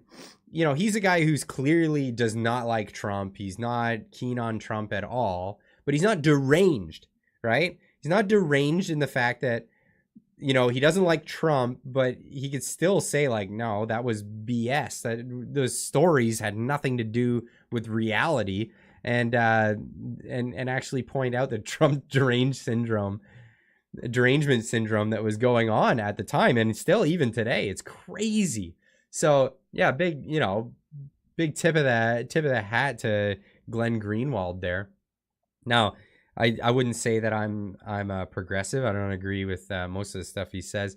Same with Jimmy Dore. I watch Jimmy Dore, and I don't agree with like a lot of stuff that he has to say, like politics wise. But like, hey, He's anti-war, and I'll get behind that any day. And he's not for like these big spending bills and destroying our economy with that. I mean, he probably wants to destroy the economy with Bernie Sanders stuff, but yeah.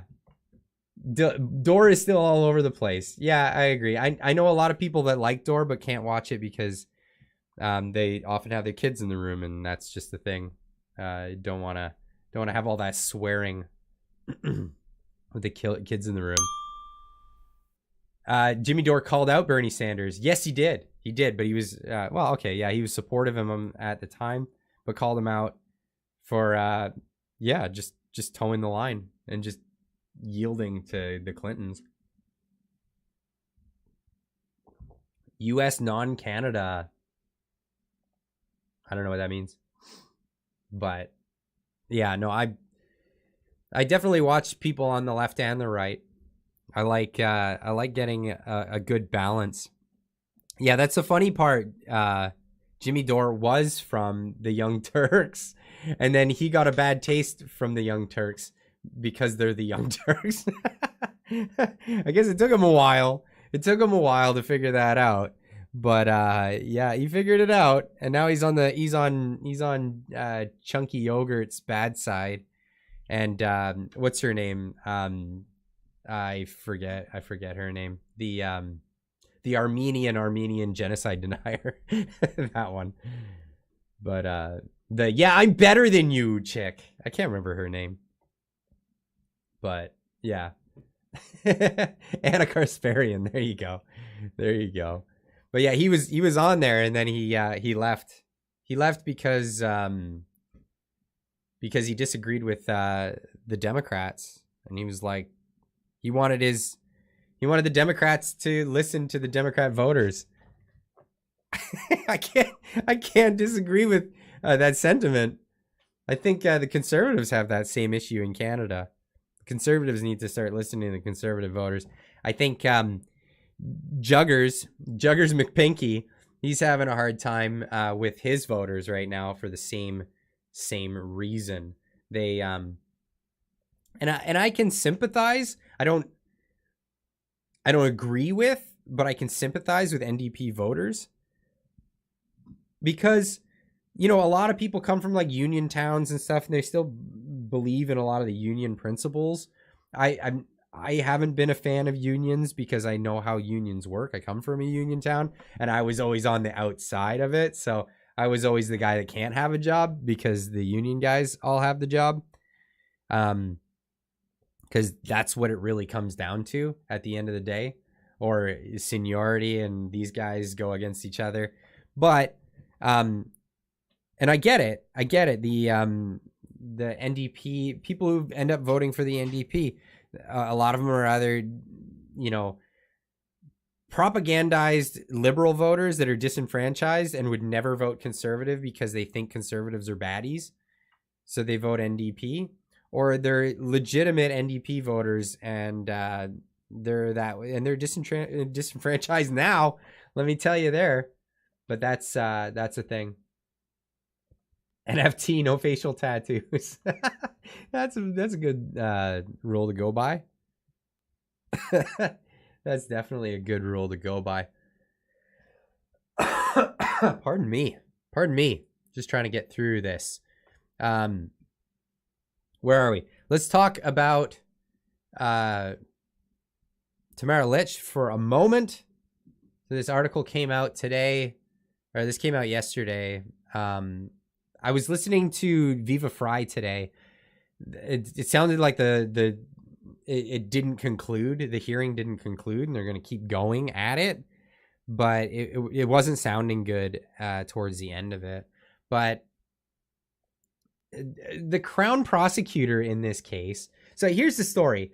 Tamara Lich, she was given bail finally after a judge who was like a liberal candidate, failed liberal candidate, and then awarded a judge position in Ottawa, clearly with a bias, held Tamara Lich in jail. She was in there for 18 days total. awaiting trial for trumped up charges on a protest that was deemed by an Ontario judge that the protest itself was legal. So there's all these charges that are Poxecutor, the Monkeypoxecutor. There you go.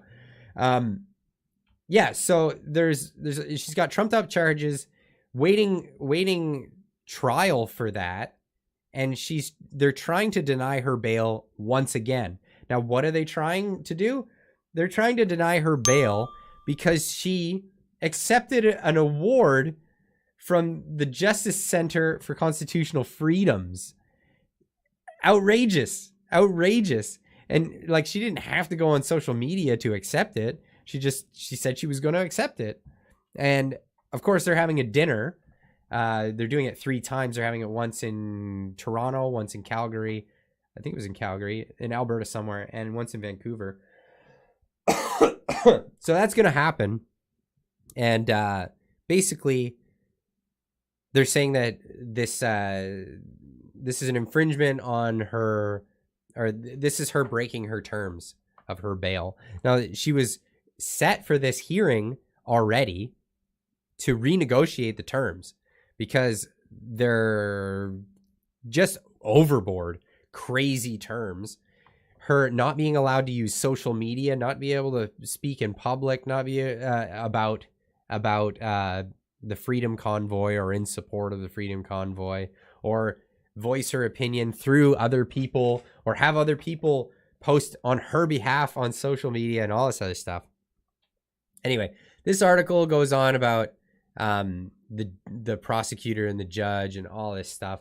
The last I heard about it was on Viva Fry's channel, and that during the day, what they brought up in this hearing, the prosecutor brought up the fact that she had taken a picture with a pendant, wearing a pendant that somebody had sent her, took a picture, and then I guess texted or whatever that picture to the other person saying, yeah, you're allowed to use it. And the prosecution was saying she breached her bail terms because she wore a pendant that had a truck on it, and it said something about freedom on the pendant. And because she gave permission for the person to use it on social media, that is a breach of the terms of her bail. And then they want to put her back in jail until her trial for her trumped up charges that she'll probably be released on anyway. Tell me that that's not a political thing. Tell me that that's not the court being politicized to punish somebody with the process, not with the system, not actually bringing someone to court and actually like prosecuting them on the merits, but using the system. There, you nailed it, Joe. Lawfare. And that's using the legal system as the punishment, not actually using it to find justice. And I find it to be disgusting. It's horrible. It's what do you do with that? What do you do with that? So Tamara is an example of in a lot of ways. She's an example of how somebody in the face of how do you not call this persecution? I know it's prosecution, but it seems like persecution, what she's going through in the time waiting for her day in court to defend herself on the trumped up charges that were laid back in February. So here we are, and I mean that's where we're at with that so far. Obviously, if I get any other news, I'll be bringing that to you guys right away, and we'll cover that story to a greater degree. But that's where we're at with that so far. I need to close some tabs so that I can keep things in order here. Bear with me for just a moment. I think saving some of the best for last. And what is the best for last? Well, let's get into it. Right after I wet my whistle again.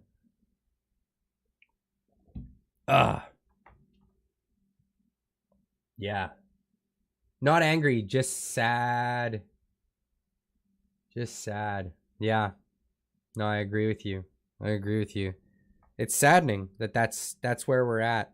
And what's even sadder is like going on social media and just seeing the vitriol that some people have to say about people like that. I mean, it says a lot about a person when you see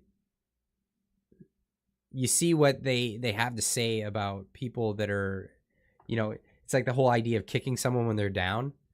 Like, I think it's funny. I think it's funny when like crazy lefties get owned for whatever, you know, like have what's coming to them come to them. But I wouldn't dwell on that and make sure that they're like in complete suffering. You know what I mean? To see the stuff that people are saying about Tamara on Twitter and whatnot is just, that's the evil that people have in their hearts. You know, that's that real evil that people have out there.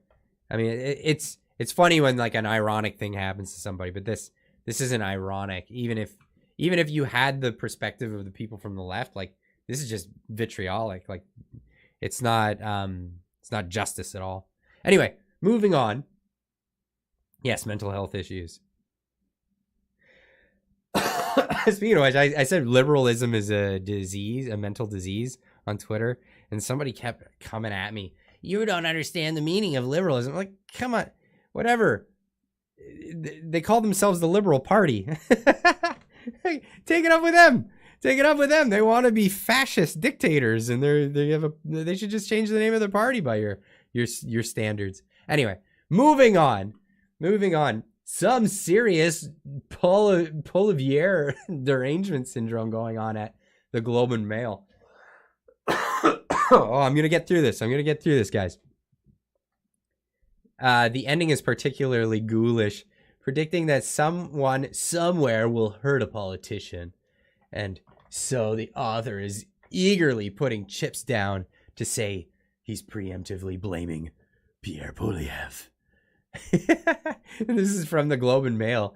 He's done this by running one of the most dishonest, contemptible political campaigns ever seen in Canada. Every day he seems to find a new low, accusing the Prime Minister of sinister things that the so-called freedom convoy folks lap up like mindless fools.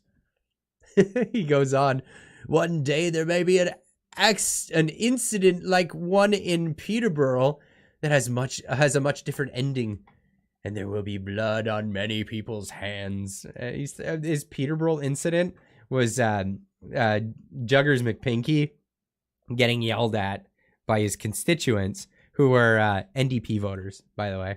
NDP voters that are tired of being sold out. That's what happened. So don't go after conservatives for what happens at the NDP voting block or wherever it is in Peterborough. But yeah, this is the new, just like they had in the US, the derangement syndrome with Orange Man. We've got a new guy to be all deranged about. And why? Well, because he's growing in popularity. And people like his message. And they've been trying everything under the sun to squash it, to make sure people don't like what he has to say, and confuse the message, obviously with the usual tropes, you know, when people are racist that show up to his rallies. I've noticed a lot on Twitter when people saying that crowd looks awfully white, and then you look at the pictures that there's like a montage of pictures of him taking with the people in the crowd, and it's very diverse, just like Canada. Come on, get out of here. There's people from all over the place, And not to mention, well, his wife. she's from Venezuela originally. She's Latino, but that's the thing. The crazy derangement syndrome people can't figure this out. Yeah, misogynists. Yeah, they're misogynists. They're all the bad stuff. They're all the bad stuff. Tick all the boxes. But here's a little clip, and this is the one that's been dinging at me the whole time.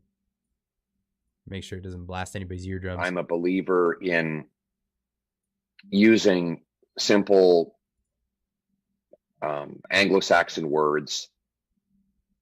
So that was the thing. That was the thing that drove the left to write a series of articles about him. Excuse me. Wrote a series of articles about him and went all over Twitter freaking out because he was on Jordan Peterson's podcast and he mentioned that he sticks to simple terms and he likes using the simple Anglo-Saxon version of English, which is simple terms. and so people started calling that dog whistle. He's dog whistling to the alt-right that doesn't exist in Canada. You know, like people are walking down the streets of like what, Vernon with tiki torches saying blood and soil. Wait, no, our deputy prime minister did that on the streets of Ottawa, if you don't recall. She did that in solidarity with the Azov battalion, but that's another story altogether. But no, that stuff doesn't even exist here. But they're trying to import this with the whole derangement syndrome. But Anglo-Saxon, not at all Anglo-Saxon terms. Saxon. But so Pierre Poilievre, anyway, says that word. My theory on this whole thing is it was a bait.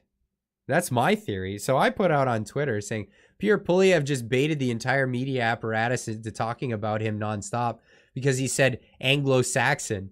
His message is getting out there and the media is trying to slander him. The media trying to slander him is only getting him out there much more and at no cost. Lamau. That's how the games work. That's how the game works. You got baited. And that's how Trump won the 2016 election without barely spending any money. That's essentially what he did. He baited people into talking about him all the time. All you got to do is have a great speech, have a great interview with somebody, and you just got to drop one little bomb. Drop one little bomb here, and everybody will talk about that thing. Well, what's that going to do? It's going to get people to go over and watch that thing. And then when all of it's great, except that one thing that people are going to freak out about, well, you've just turned a bunch of people. You turned a bunch of people. Are you not thinking, Clyde? What am I not thinking about? Clyde, you said one time nobody cares. Wrong. I don't know. Here's the thing. So he said Anglo-Saxon.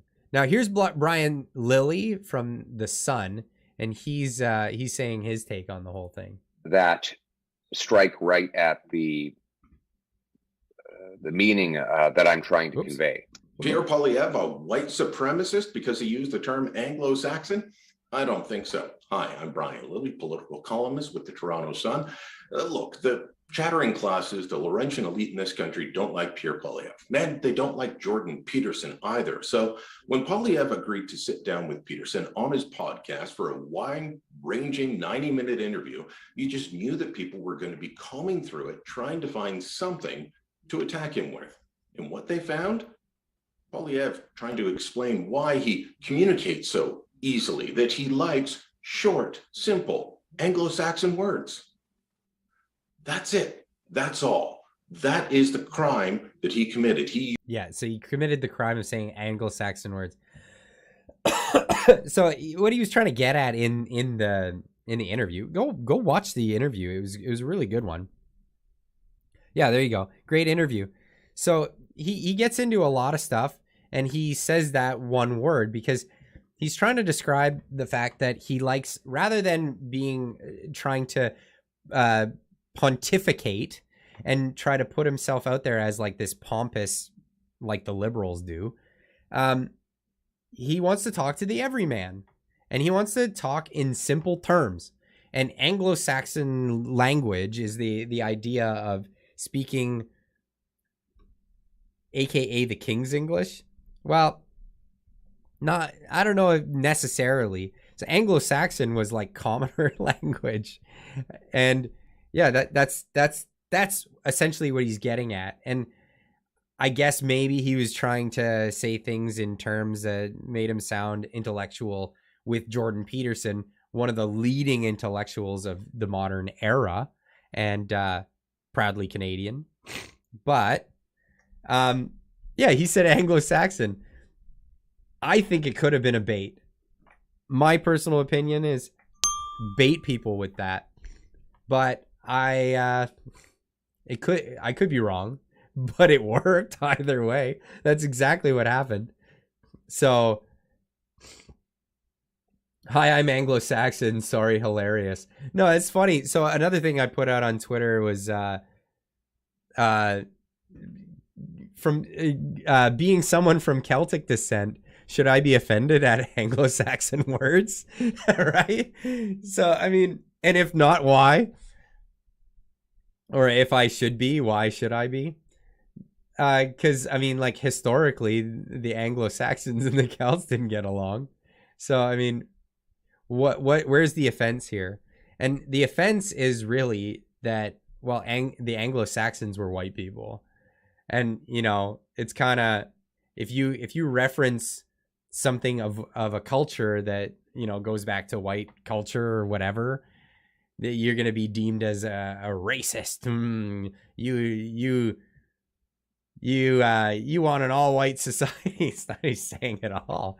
In fact, Brian Lilly gets into that here. Use the term Anglo-Saxon, which, if you didn't know, is a white supremacist term. I mean, sure, it's been around for centuries. It's been used in our language forever. But now, because some white supremacists are using it, nobody else can, or you're with them or courting them. This is lazy, intellectually dishonest journalism at its worst. I can't believe that people, major media organizations... So that's Brian Lilly showing Pat King, because apparently Pat King came out as talking about replacement theory or something like that. I don't know much about it. I don't pay much attention to that stuff because I don't care. I just really don't, because I know, like, some people buy into that stuff. I don't care. I mean, and people I'm sure down the road will accuse me of it, but if they think that I'm on board for the white replacement theory, I'm doing a bad job of it making mixed kids. Let's just say that. But yeah, that's hilarious. Don't try to reason with the unreasonable. Waste of time. I agree. Actually publish this and push this idea forward. But there you have it. That's the state of where we are in Canada right now.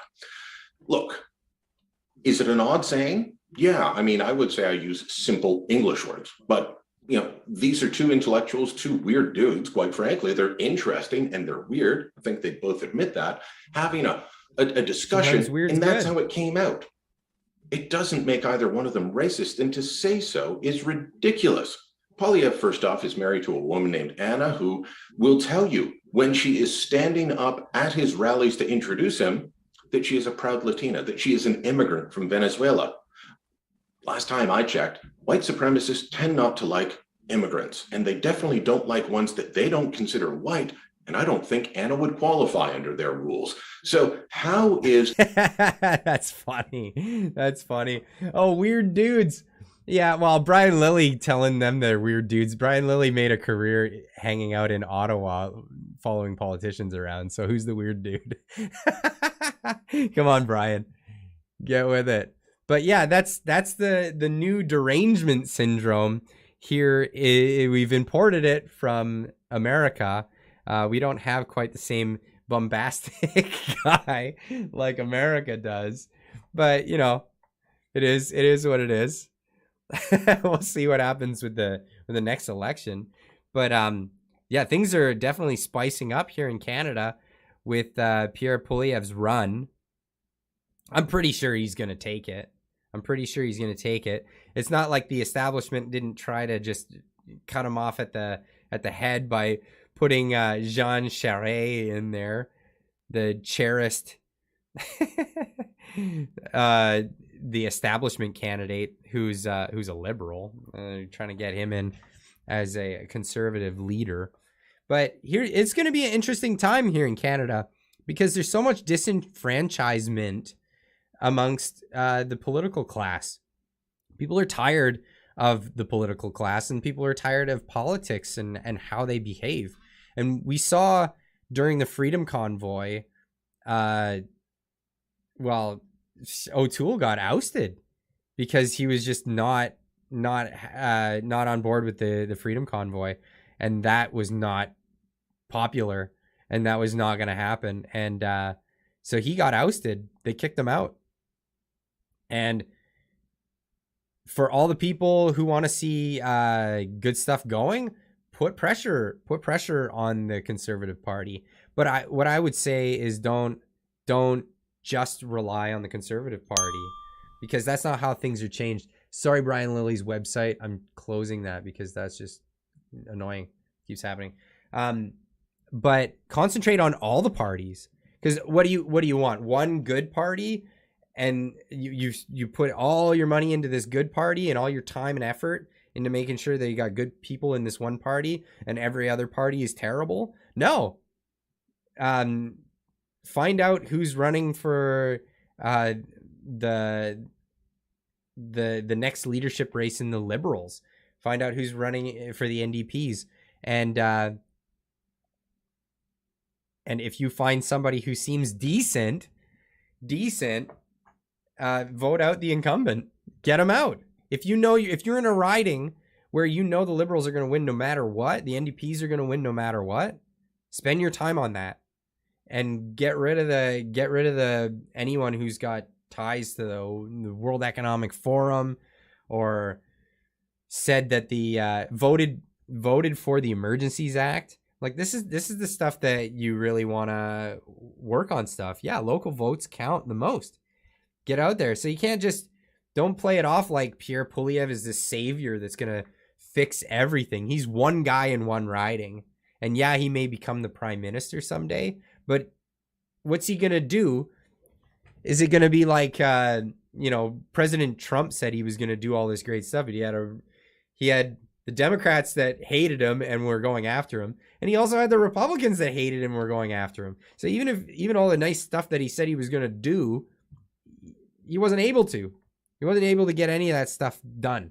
So you got to go after everything. You got to go after everything, because there's a bunch of corrupt, nepotistic douches in our government. I mean, there's no better word for it. In our government. And yeah, let's fix that. Let's fix the whole thing. We can't just fix one guy. We need to fix the whole apparatus. Let's bring faith back to our institutions, because the alternative sucks. The alternative that people are saying, like, tear it all down, that stuff, no, that's not a good concept. And it's not like our camp is saying tear it down. A lot of the people on the left they're the wanting to tear it down people. But no, Pierre is like Trump, just more professional when he does talk. I agree with that. No, he's got a great message for the people. Clyde, you aren't reading my post. Why? I'm not sure what post you're talking about. Sorry, John. I try to keep up with the chat as much as I can. But yeah, I agree. I agree that with the concept of going after all of them. Don't just dismiss the Liberals. Like I said, if they always get voted in your region, change the Liberal Party then. Get somebody in there that is that's going to be good. Just saying. I'll wait for that. But yeah, I think everything needs reform. because too many people weren't paying attention for too long. And when too many people aren't paying attention, the politicians decided to start going on ruling by polls. So they look at polls and they go, what can we get away with? And then just put that out there in the polls, and or whatever the polls are going for. I'm still waiting for that chat. Reform needs money. Yeah, it does. Or it means or time. Making phone calls, getting out there, talking to people, talk to your neighbors. You know, this is the thing that nobody in government wants you to do. Go talk to your neighbors. Go talk to the people around you.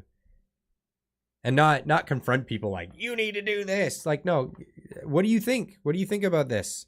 What do you think has been going on in our country? How do you think we could fix it? Do you have any ideas? Like that kind of thing. They've duped everyone, but people won't admit it. Well, you're right. Because it's so much easier to fool someone than to convince someone that they've been fooled. So what do you do with that then? Do you give up? Do you tell people, do you just keep hammering it on them? You've been fooled. Or do you just give them options of seeing it for themselves? Let them figure it out for themselves. I think that's a better way of doing things. If people can believe, if you guide people to the truth and you let them believe that they figured it out for themselves, that's the best way to go about it. Instead of because people don't like to be told. No, undupe them. Okay, well, you can try. That's definitely a way of going about it. But where are we? I wanted to show you one last clip before we go, because this one's creepy AF. But this is one that just came out today, because we know that in Davos they're having their World Economic Forum meeting with all the elites, they call themselves, the nickname that they gave themselves.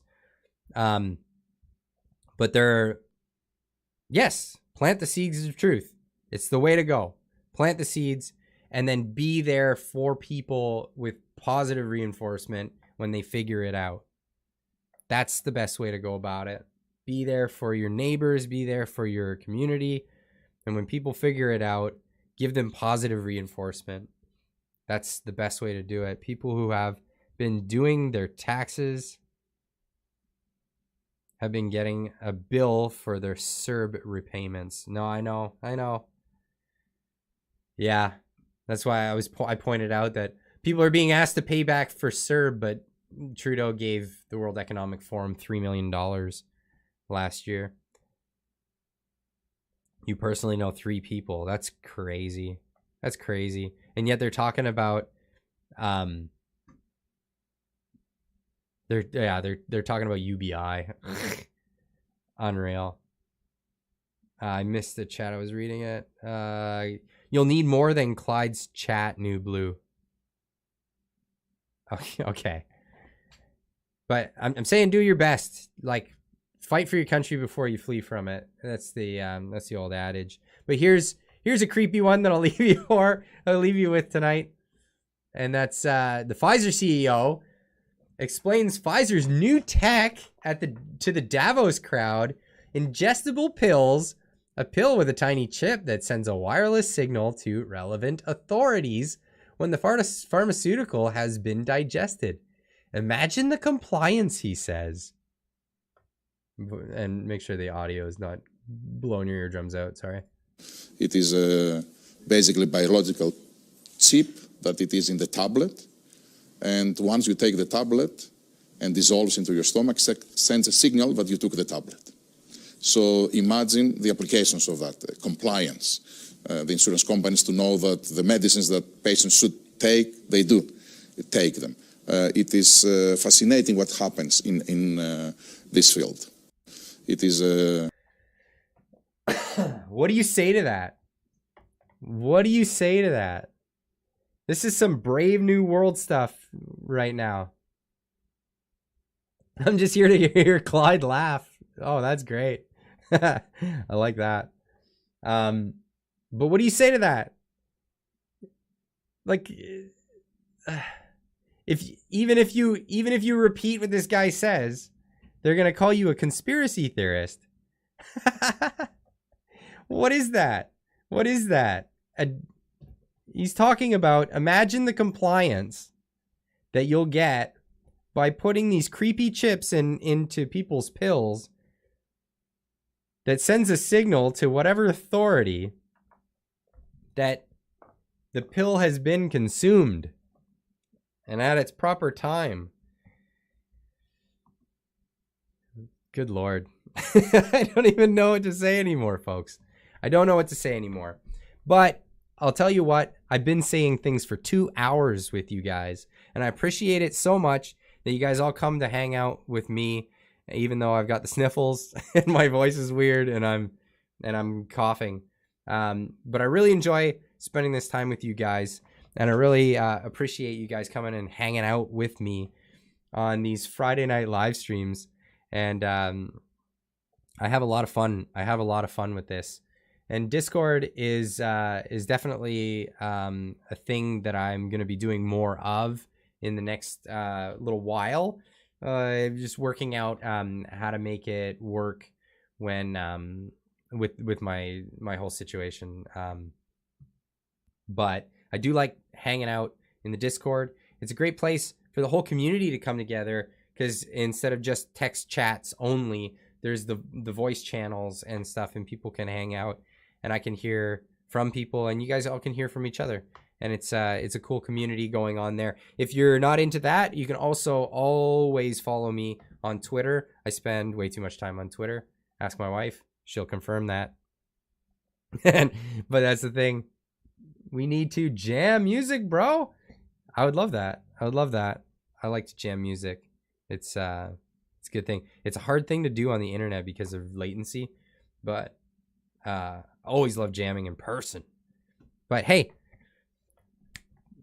you guys are great. Thank you so much for hanging out with me. I'm not going to take any more of your time. Go check out some of the other live streamers here on the platform. There are many